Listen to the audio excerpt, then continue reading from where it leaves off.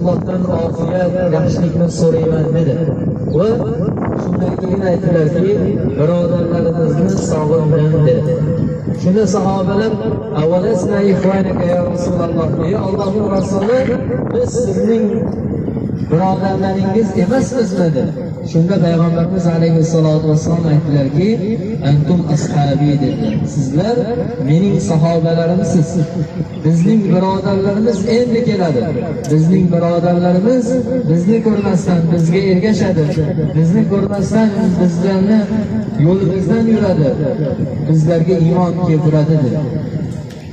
Ajab emas, payg'ambarimiz alayhissalatu vassalom hadisi shariflarda aytgan, baxtli ummatlar siz bilan biz bo'lsin. Biz Rasulullohni ko'rmadik, lekin u zotni yaxshi ko'ramiz. Biz Rasulullohni ko'rmadik, lekin u zotga ergashamiz. Biz Rasulullohni ko'rmadik, Rasulullohga iymon keltiramiz. Biz Rasulullohni ko'rmadik, Rasulullohga nozil bo'lgan Qur'on oyatlarining hammasiga amal qilamiz. Biz Rasulullohni ko'rmadik, Rasulullohning hadisi shariflarini hayotimizga tatbiq etib, joriy etib yashashlikka harakat qilamiz. Inshaalloh bu biz uchun katta bir baxtdir. Payg'ambarimiz alayhissalatu vassalom hadisi sharifni so'nggida aytdilarki, men birodarlarimizni qo'llaridan tutib jannatga olib kiraman, havzi Kavsardan suv ichiraman deb aytdilar. Bu katta bir baxt inshaalloh. Siz bilan bizga Robbimiz shunday baxtni nasib aylasin. Sahobalar yana so'ragan ekanlar, ya Rasululloh, o'zingiz ko'rmagan, bilmagan, tanimagan birodarlaringiz, ummatlaringizni qanday taniysiz deganda, payg'ambarimiz alayhissalatu vassalom aytdilarki, tasavvur qilinglar, bir odamning otlari bor, bu otlarni belgisi bor, peshonasi oq, oyoqlari oq dedi. Mana shu otlar qop-qora otlarni ichiga qo'shilib ketsa, otlarni ajratib oladimi dedi.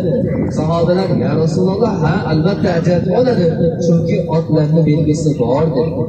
Shunda payg'ambarimiz alayhissalatu vassalom aytdilarki, men ham qiyomat kunida ummatimni tahoratda yuvgan a'zolaridan nur chiqib turganligidan boshqa ummatlardan ajratib olaman dedi. Siz bilan biz tahorat olganimizda yuzlarimizni yuvamiz, qo'llarimizni yuvamiz, oyoqlarimizni yuvamiz. Inshaalloh qiyomat kunida mana shu joylardan nur chiqib turadi.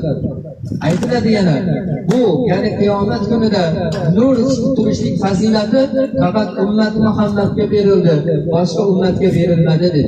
Siz bilan bizga nasib etdi bu. Alloh tabaraka va taolo Robbimizdan so'raymiz, mana shu muqaddas zaminlarda duo qilib Robbimizdan so'rovimiz, iltijoyimiz, umidimiz shuki, erta qiyomatda payg'ambarimiz alayhissalatu vassalom bizlarni ummatim desin. Qo'llarimizdan tutib jannatga olib kirib, havzi Kavsarlardan muborak qo'llardan suv ichishlik baxtini Alloh hammamizga nasib aylasin.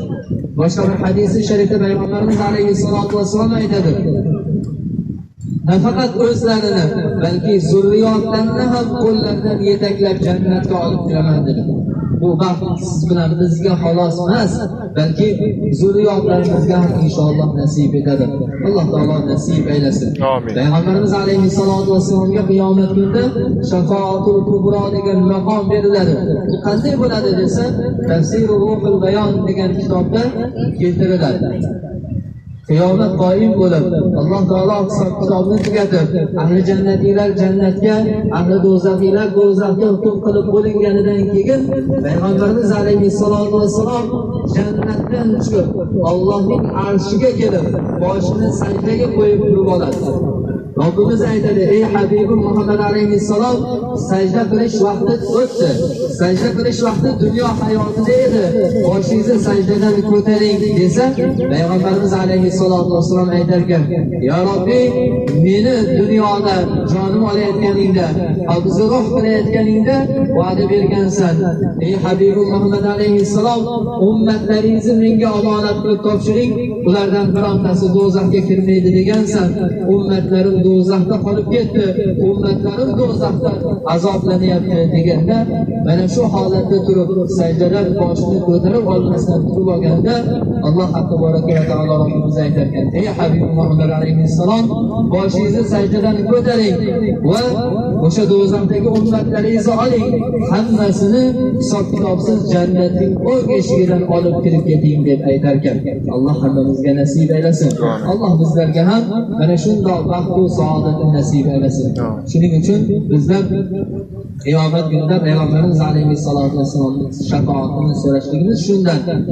Rasulimiz bizlarni ummatim desin, Rasulimiz bizlarni shafoat qilsin deb umid qilib duo qilishligimizni asosiy maqsadimiz shudir.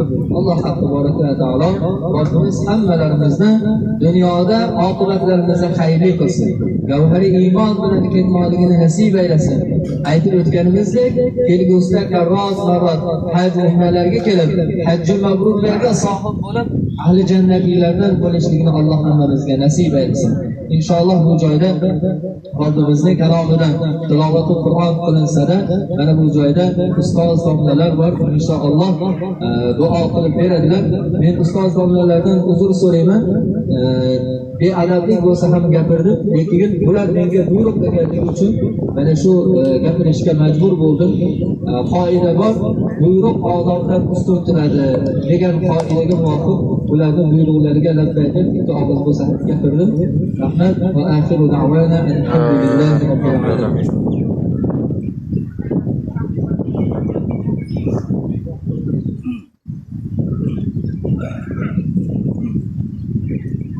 أعوذ بالله من الشيطان الرجيم.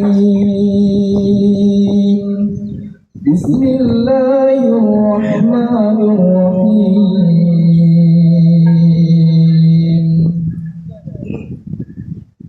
يا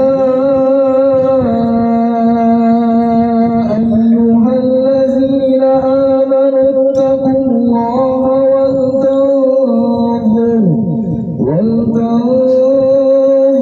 نفس ما قدمت لغد واتقوا الله إن الله خبير بما تعملون. ولا تكونوا كالذين نسوا الله فأنساهم أنفسهم أولئك هم الفاسقون. لا يستوي أصحاب النار وأصحاب الجنة. أصحاب الجنة هم الفائزون.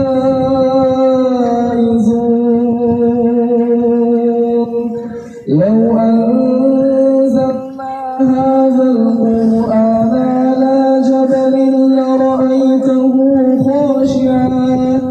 خاشعا متصدعا من خشية الله. وتلك الأمثال نضربها للناس لعلهم يتفكرون. هو الله الذي لا إله إلا هو عالم الغيب والشهادة هو الرحمن الرحيم. هو الله الذي لا إله إلا هو الملك القدوس السلام المؤمن المهيمن العزيز الجبار المتكبر. سبحان الله عما يشركون. هو الله الخالق البارئ المصور له الأسماء الحسنى يسبح له ما في السماوات والأرض وهو العزيز الحكيم صدق الله العظيم سبحان ربك رب العزة عما يصفون وسلام على المرسلين والحمد لله رب العالمين.